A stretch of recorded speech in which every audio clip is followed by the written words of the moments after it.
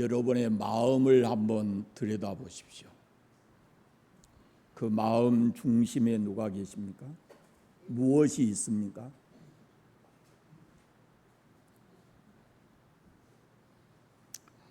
디모데후서 3장에 보면은 말세에 고통하는 때가 이를 것이라 하면서 사람들이 자기를 사랑하고 돈을 사랑한다라고 말씀을 합니다. 현대인들의 마음 속에는 하나님은 없고 돈이 그 자리를 차지하고 있습니다.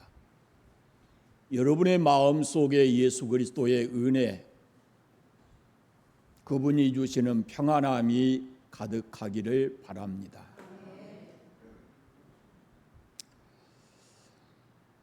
돈보다, 하나님보다 돈이 마음의 중심에 있는 것은 죄로 인한 가치관의 혼돈이 가져온 것입니다.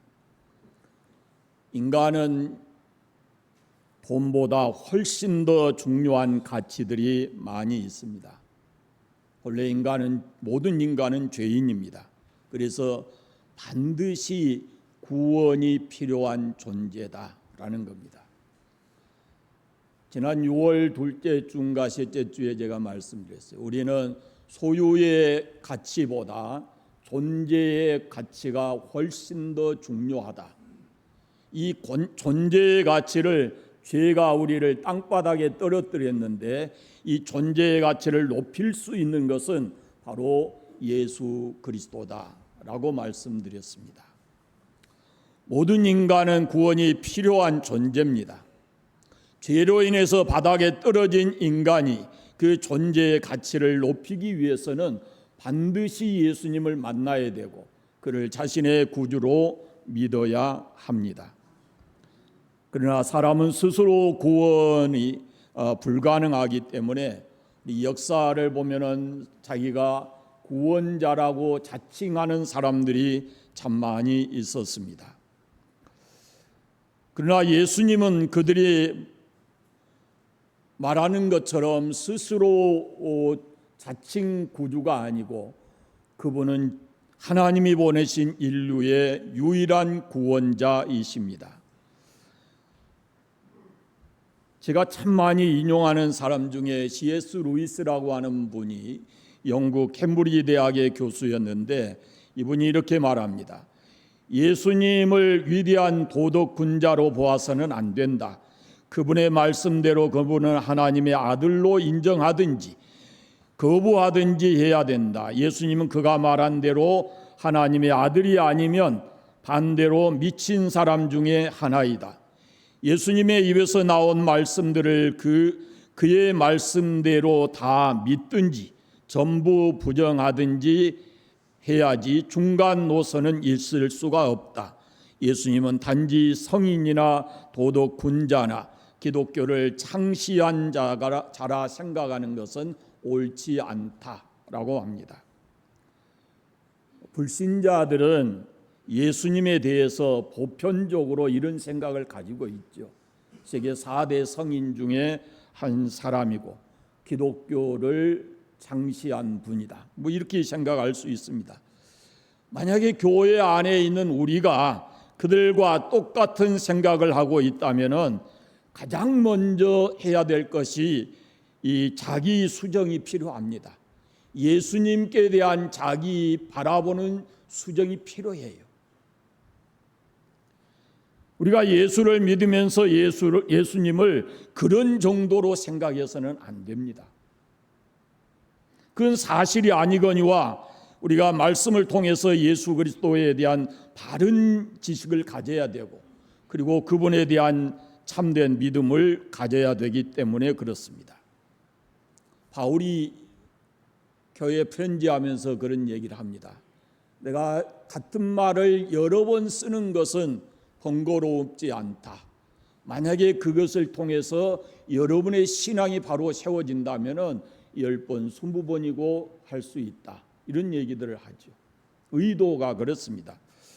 아마 제가 지금 수주에 걸쳐서 이 복음에 대한 이야기를 하는데 겹치는 내용들이 참 많이 있어요. 그러나 여러분들의 신앙이 기초부터 이렇게 바로 든든하게 세워지기를 바라는 겁니다. 예수님은 누구신가? 그분은 하나님이십니다. 요한복음 1장에 태초에 말씀이 계시니라. 이 말씀이 하나님과 함께 계셨으니 이 말씀이 곧 하나님이라. 요한복음 10장에 예수님께서 친히 나와 아버지는 하나다. 요한복음 14장에 도마에게 말씀하시기를 나를 본 자는 아버지를 보았거늘 어찌하여 아버지를 보이라 하느냐라고 말씀하십니다. 예수님이 누구시냐? 그분은 하나님이십니다. 오늘 말씀은 예수님이 이 땅에 오시기 수백 년 전에 선지자 이사야를 통해서 주신 말씀인데, 오실 그가 메시아 곧 구원자이다라는 것을 선포하고 있습니다. 본문에 계속해서 반복되어 나온 그라고 하는 것이 바로 메시아를 장차 올 메시아를 가리키는데, 그분이 바로 예수 그리스도이십니다. 이 땅에 오신 예수님, 그가 친히 하나님이시고 그리고 인류의 구원자로 이 땅에 오셨습니다. 두 번째, 예수님은 사람이십니다. 요한일서 4장에 보면은 이로써 너희가 하나님의 영을 알지니 곧 예수 그리스도께서 육체로 오신 것을 시인하는 영마다 하나님께 속한 것이요 그랬습니다. 여러분, 이단이 무엇이냐면은 예수님이 하나님이신 것을 부정하는 겁니다. 그것이 우리 가까이에 있는 여호와 증인입니다. 또 한편으로는 예수님이 사람인 것을 부정하는 것도 이단입니다. 그것이 초대교회에 있었던 영지주의자들입니다. 예수님은 우리와 똑같은 성정을 가진 사람이셨습니다. 배고픔을 느끼셨고 피곤함도 슬픔도 기쁨도 다 경험하신 분이고, 그리고 울기도 하신 분입니다. 우리와 똑같은 사람이셨습니다. 세 번째, 예수님은 죄가 없으신 분입니다. 모든 인간은 원죄를 가지고 태어납니다. 죄를 지어서 죄인이 아니고 죄인으로 태어났기 때문에 죄를 짓는 것입니다. 죄인은 죄인을 구원할 수가 없습니다. 그래서 예수님이 사람의 몸을 입고 이 땅에 오실 때 성령으로 잉태돼서 동정녀 마리아에게서 오셨다라는 것은 바로 죄 없으신 분으로 인류를 구원하시기 위한 하나님의 계획이셨습니다. 요한일서 3장 5절에 그가 우리 죄를 없이 하시려고 나타내신 것을 너희가 아나니 그에게는 죄가 없느니라. 히브리서 4장에 우리에게 있는 대제사장은 우리의 연약함을 동정하지 못하실 리가 아니요 모든 일에 우리와 똑같이 시험을 받으신 이로되 죄는 없으시니라. 하나님께서 예수님을 우리에게 보내주셨습니다. 왜 보내셨는가? 우리를 구원하시기 위해서 이 땅에 보내주셨습니다. 죄의 형벌로 영원한 지옥에 떨어져야 할 우리 인생들을 구원하시기 위해서 예수님을 보내셨습니다. 천하 인간의 구원을 얻을 만한 다른 이름을 주신 일이 없다라고 성경은 말합니다. 오직 우리를 구원하실 분은 예수 그리스도이시다라는 그런 말씀입니다.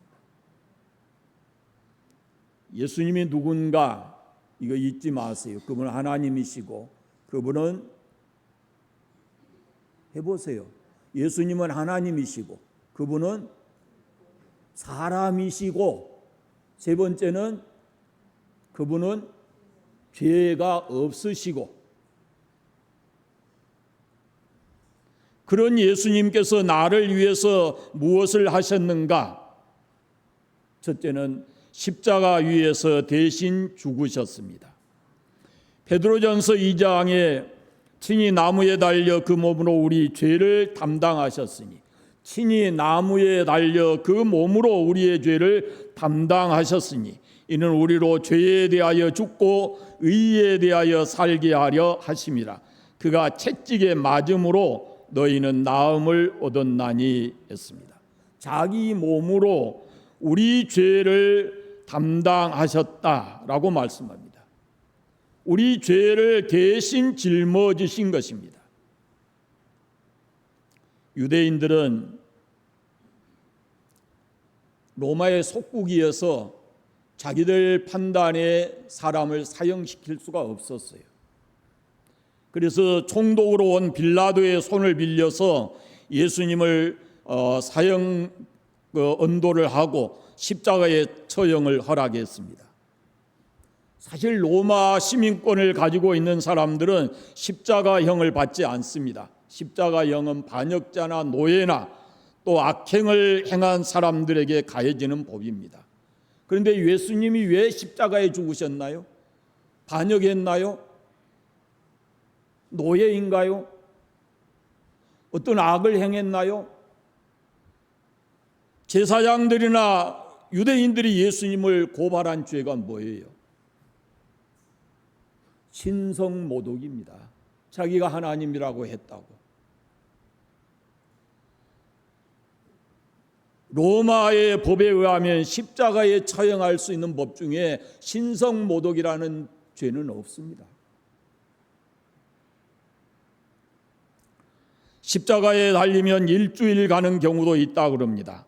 사람들은 어느 누구도 십자가에 달린 사람을 동정하지 않습니다. 십자가에 달린 것을 보면은 재수 없다 해서 일부러 그 장소를 피해가기도 합니다. 악담하고 저주합니다. 그런 사람들이 지나가면서 하는 말을 십자가에 매달린 사람이 다 듣고 있습니다. 그래서 그런 소리가 너무 힘들어서 이를 깨물어 죽은 사람도 있다라고 합니다. 시간이 지나면서 점점 벌레가 생기고 파리떼가 달라들고 해서 너무 힘들고 고통스러운 그런 시간들을 보내고 질식해서 죽기도 합니다. 빨리 죽지 않고 고통에 몸부림치다가 죽는 죽음이 바로 십자가의 죽음입니다. 왜 하나님께서 예수님을 십자가에 죽게 내버려 두셨을까? 갈라디아서에 보면은 나무에 달려 죽은 자마다 저주를 받는 자다 이렇게 말씀을 합니다. 그런데 예수님이 십자가에 그렇게 달려 돌아가신 것이 나의 죄를 담당하시려고 돌아가셨다라는 겁니다. 그러니까 예수님이 나를 대신해서 십자가에서 저주받지 않았다면은 바로 내가 받아야 될 그 저주입니다. 십자가의 죽음은 하나님을 떠나서 마음대로 살다가 지옥 가서 인간이 당하게 될 그 고통을 상징하는 것입니다. 그것이 얼마나 고통스럽고 힘든 것인지 그걸 보여주는 겁니다. 그래서 십자가에서 예수님이 엘리 엘리 라마 사박다니 나의 하나님 어찌하여 나를 버리십니까? 라고 하는 것과 내가 목마르다라는 외침은 바로 지옥에 가서 외치게 될 죄인들의 탄식 소리인 것입니다. 저는 이 부분을 생각할 때마다 참 마음에 눈물 흘릴 때가 참 많아요. 아마 여러분은 그 경험을 해보셨는지 모르지만 내가 목마르다라는 이 경험은 이건 물이 얼마나 우리 그 생명에 중요한가라는 것을 알 수 있는 부분이거든요. 제가 이 내가 목마르다 하는 이 말씀이 너무도 생생하게 지옥에서 들려오는 소리로 들은 것이 제가 수술 후의 일이었죠. 아마 여러분에게 몇 번은 이야기했을 것 같습니다. 이 말씀이 그 순간에 누가복음 16장에 나오는 부자가 탄식하면서 외친 소리와 같았어요.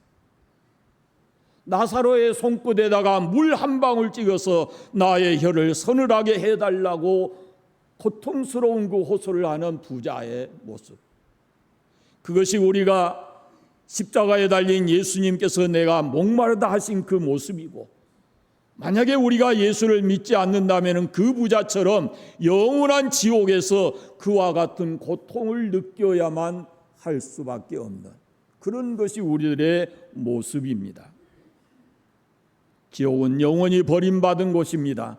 영원토록 고통하며 부르짖는 곳입니다. 그 고통을, 지옥의 고통을 예수님께서 우리 죄 대신에 십자가에서 당하신 것입니다. 예수님이 오시기 전에 성전에서 속죄의 제사를 드렸습니다. 양과 염소, 소, 비둘기 이런 것을 죄 지은 사람이 그것을 끌고 성전에 옵니다. 그러면 제사장이 끌고 온 짐승에게 안수합니다. 짐승에게 안수함으로 인해서 자신의 죄가 짐승에게로 이렇게 전가되었다라는 겁니다. 그러니까 이 짐승을 받으시고 나의 죄를 용서해 주십시오라는 겁니다. 그리고 짐승을 잡아서 제물로 드리고 피를 제단에 뿌리고 그렇게 했습니다. 사람 대신, 죄 지은 사람 대신 짐승이 그 사람의 죄를 지고 대신 죽은 겁니다.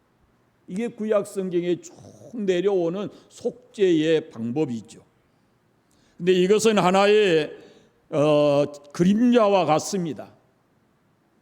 이것을 완성시켜 주는 것이 어디냐면은 예수님의 십자가입니다. 그래서 예수님을 가리켜서 요한복음에 보면은 유월절 어린 양 이런 표현을 합니다. 하나님의 아들이신 예수님이 죄인인 우리를 대신해서 그 짐승처럼 십자가에서 대신 죽으신 겁니다. 구약의 제사 방법은 죄를 지을 때마다 그때마다 또 다른 짐승을 가지고 가서 같은 방법으로 속죄를 경험해야 했습니다.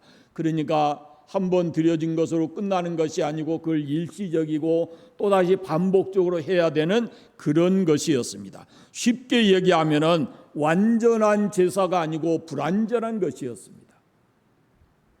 그래서 하나님께서는 전 인류를 단 한 번에 모든 인류를 구원하시기 위해서 그 길을 마련하시는데, 바로 인류의 모든 죄를 죄 없으신 예수님에게 뒤집어 씌워서 그를 십자가에 죽게 하신 것입니다. 아멘 좀 해보시오. 제발. 나의 죄를 예수님이 지시고 십자가에 죽으셨다니까. 세례 요한이 예수님을 가리켜 하신 말씀이 있어요.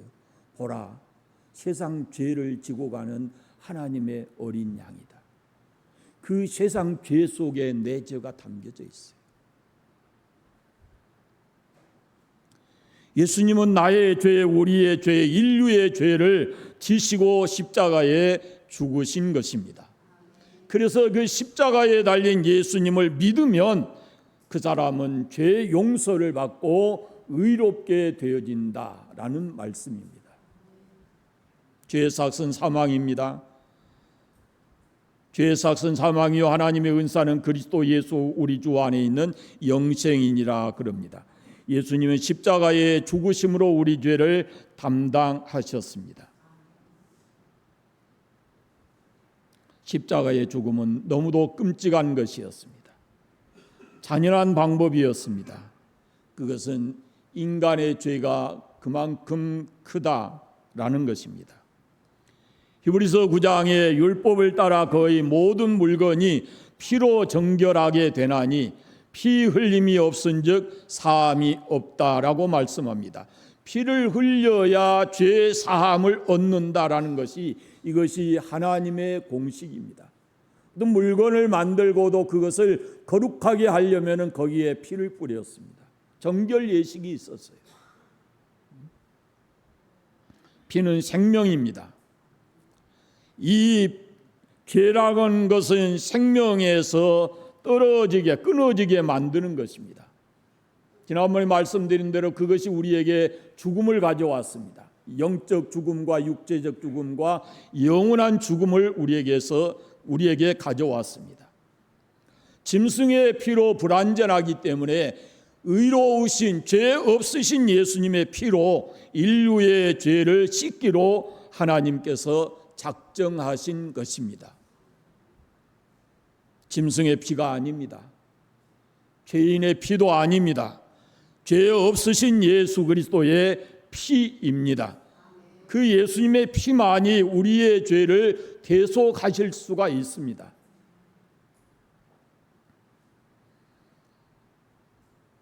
그런 의미에서 예수님이 사람으로 오신 것을 부정하는 것은 그것은 이단이 된다라는 말씀입니다. 예수님은 분명히 사람으로 오셨고 그러나 죄가 없으셨기 때문에 모든 인간을 대표해서 그분이 십자가에 죽으시고 우리 죄를 용서해 주셨다라는 말씀입니다. 예수님의 십자가의 죽음, 그것은 나의 죄를 대신해서, 오늘 우리의 죄를 대신해서, 온 인류의 죄를 대신해서 예수님이 십자가에 죽으신 것입니다. 그 죽음의 효력이 나에게, 그를 믿는 나에게 영향을 미친 겁니다. 효력을 미친 겁니다. 예수님의 죽음으로 인해서 나는 나의 죄를 대속함을 받고 죄인이었던 내가 하나님 앞에 의로운 자가 되어졌다라는 말씀입니다. 본문 4절 5절 말씀을 보십시오. 같이 읽어보겠습니다. 그는 실로 우리의 질고를 지고 우리의 슬픔을 당하였거늘 우리는 생각하기를 그는 징벌을 받아서 하나님에게 맞으며 고난을 당한다 하였노라. 그가 찔림은 우리의 허물 때문이요 그가 상함은 우리의 죄악 때문이라. 그가 징계를 받음으로 우리는 평화를 누리고 그가 채찍에 맞음으로 우리는 나음을 받았도다. 우리라는 말이 계속해서 나오고 그라는 말과 우리라는 말이 반복해서 나옵니다. 근데 그는 변할 수가 없습니다.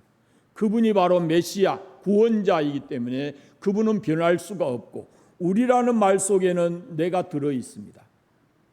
여러분도 그 속에 다 들어 있는 것이죠. 그러니까 그 우리라는 말을 나라는 말로 바꾸어서 읽으면 훨씬 더 나에게 가까이 다가올 겁니다. 6절 말씀만 그렇게 읽어보겠습니다. 6절 말씀만. 우리는 아니고 나는 양 같아서 그릇 행하여 각기 제 길로 갔거늘 여호와께서는 나의 모든 죄악을 그에게 담당시키셨도다. 아멘. 나의 죄악을 누구에게 담당시키셨어요? 그 메시아 예수님에게 담당시키신 거예요. 그것은 600년 예수님이 오시기 600년 전에 하나님이 말씀하셨고 그것을 실제로 예수님이 이 땅에 오셨을 때 그것을 십자가를 통해서 완성하셨습니다. 여러분의 신앙생활 속에 저 십자가가 이렇게 크게 다가오는 때가 언제가 있었나요? 그냥 십자가를 멀리서 바라보는 것처럼 감동 없이 바라보는 그것이 아니라 저 십자가가 언젠가 내 인생 전부가 저기 걸렸구나라는 그런 의미로 십자가가 나에게 다가온 적이 있습니까? 그렇게 십자가가 내 인생에 중요한 것을 깨달을 때 우리는 예수 그리스도에 대한 확실한 믿음을 가질 수가 있고 죄 사함에 대한 확신과 그리고 구원받은 사람으로서 그 구원의 감격을 갖게 되는 겁니다. 여러분, 우리가 십자가를 떠나서는 하나님의 구속의 은혜, 우리가 구원의 확신, 죄 용서에 대한 감격을 가질 수가 없어요. 그래서 우리는 십자가를 묵상하고 십자가를 또 묵상해야 하는 겁니다. 그런 구원의 확신과 죄사함의 확신이 올 때 우리는 마음의 평화를 누리게 되는 겁니다.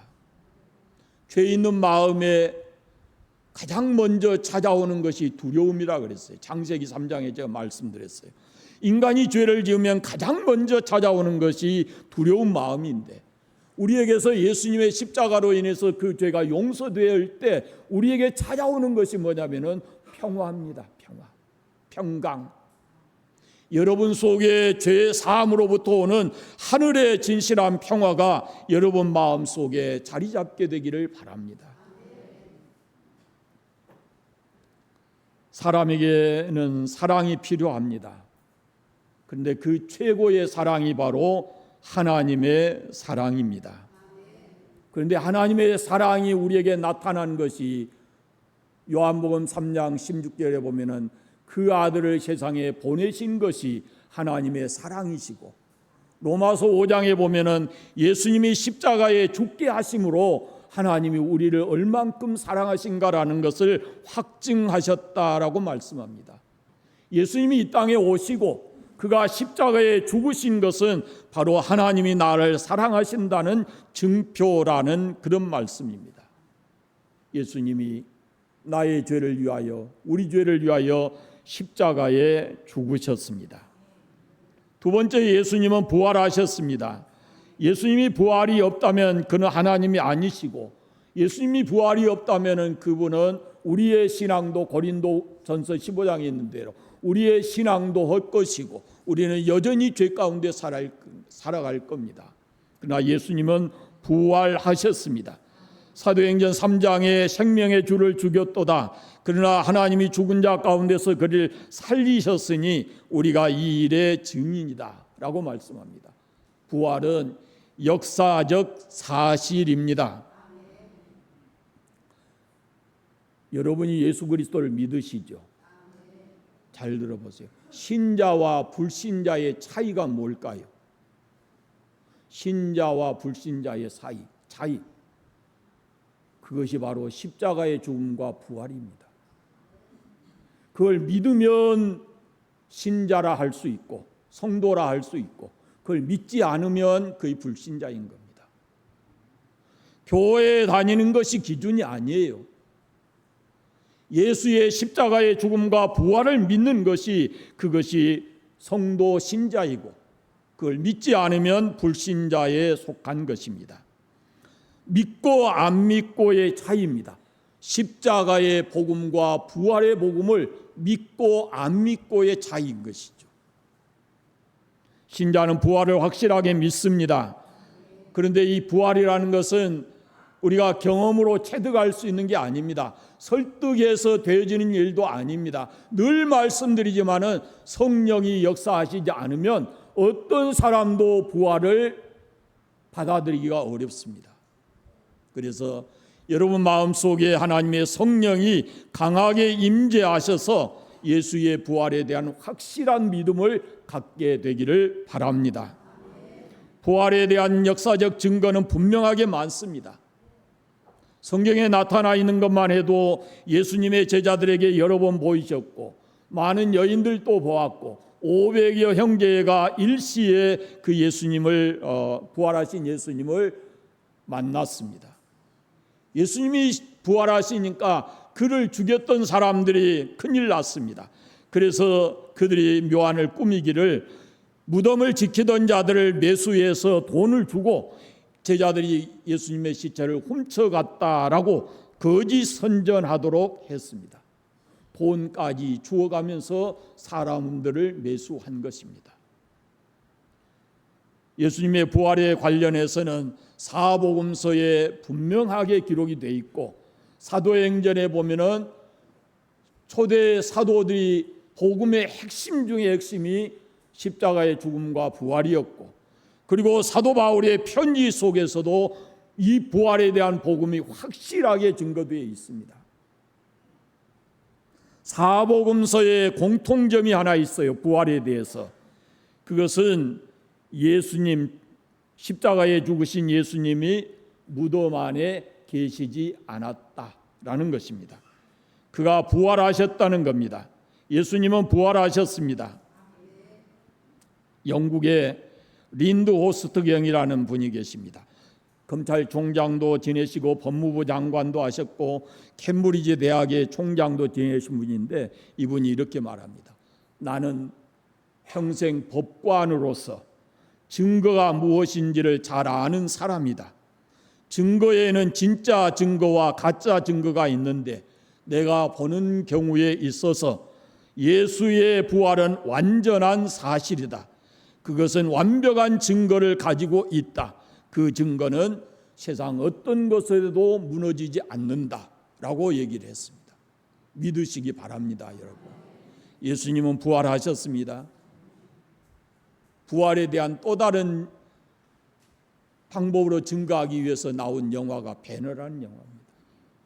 우리가 익히 잘 아는 대로 웰리스 장군이 예수님 사람들이 세상에 수많은 사람들이 기독교인들이 속고 사는 것이 불쌍해서 그가 기독교의 허구성을 밝혀내려고 인거설이라고 하는 사람과 함께 그 작업을 시작했습니다. 도서관마다 찾아다니면서 예수님에 관한 모든 서적들을 다 보고 특별히 성경을 읽고 또 읽었습니다. 그런데 한두 장 읽어가면서 그의 심령에 변화가 왔습니다. 얼마 가지 않아서 그는 예수님 앞에 무릎을 꿇고 자기가 죄인임을 고백하고 예수님을 자신의 구주로 받아들였습니다. 그런 다음에 쓴 것이 바로 배너라는 작품입니다. 사랑하는 여러분, 예수님은 십자가에 죽으시고 부활하셨습니다. 그리고 승천하십니다. 마가복음 19장, 16장에 보면은 예수께서 말씀을 마치신 후에 하늘로 올려지사 하나님 우편에 앉아 계셨다라고 말씀합니다. 이 사도행전에도 보면은 너희가 십자가에 못 박은 이 예수를 하나님이 주와 그리스도가 되게 하셨다라고 말씀합니다. 부활하심으로 예수님이 이 땅에 오셔서 우리의 구원을 완성하시고 그리고 다시 영광스럽게 하늘로 승천하셨다라는 말씀입니다. 예수님이 십자가에 죽으시고 부활하심으로 우리의 구원자가 되셔서 우리에게 효력을 미친 것이 뭐냐면 첫째는 죄를 용서해 주시는 겁니다. 두 번째는 우리를 하나님의 자녀되게 하셨습니다. 세 번째는 우리가 영원한 나라를 소유하게 하셨습니다. 네 번째는 우리가 이 땅에 사는 날 동안도 성령으로 우리를 인도해 주시는 것입니다. 예수 그리스도를 구주로 믿는 여러분의 신앙 속에 이런 신앙의 체험들 경험하며 살아가시기를 바랍니다. 신앙과 불신앙은 죽고 사는 문제입니다. 신앙과 불신앙은 그것도 영원히 살고 영원히 멸망받는 그런 결과입니다. 예수님은 진짜 구원자이십니다. 유일한 구원자이십니다. 하나님 나라 가는 유일한 길이십니다. 다른 구원자 있지 않습니다. 다시 되돌아가겠습니다. 지금 여러분 안에 예수님은 계십니까? 여러분은 십자가에 달려 죽으시고 부활하시고 우리의 구원을 완성하시고 다시 하늘로 올라가신 그 예수님을 여러분의 구주로 인정하십니까?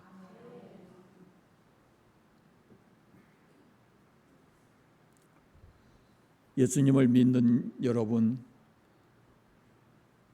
여러분이 얼마나 세상을 사실지 모르지만 여러분 인생을 사는 동안에 예수 믿는 것이 가장 잘한 일이고 가장 행복한 일인 것을 고백할 때가 꼭 올 겁니다. 예수 잘 믿으시고 그분 안에서 하나님이 주시는 그런 큰 은혜를 경험하면서 살아가시기를 바랍니다. 기도하겠습니다. 감사합니다. 하나님 아버지, 영원히 멸망받을 우리를 사랑하셔서 독생자 예수님이 이 땅에 보내주시고 우리의 죄를 담당하시려고 십자가에 죽게 내주시고 다시 부활하게 하셔서 우리의 구원을 완성하게 해주신 것 감사합니다. 주님, 우리 죄 용서받았음을 확신합니다. 우리가 이제 하나님의 자녀가 되었습니다. 우리는 천국의 백성이 되었습니다. 그러나 우리가 이 땅을 지금 살아가는 동안 성령 하나님 우리와 함께 해주셔서 우리의 삶을 인도하시고 다스려 주시옵소서. 예수 믿는 것 정말로 잘한 것임을 우리가 느끼게 하시고 예수 믿는 행복감을 우리가 느끼며 살아가게 하여 주옵소서. 이 관산교회에 속한 모든 성도들이 항상 예수 잘 믿어서 그 은혜 안에서 살아가는 모든 성도들 되게 하옵소서. 예수님 이름으로 기도드립니다.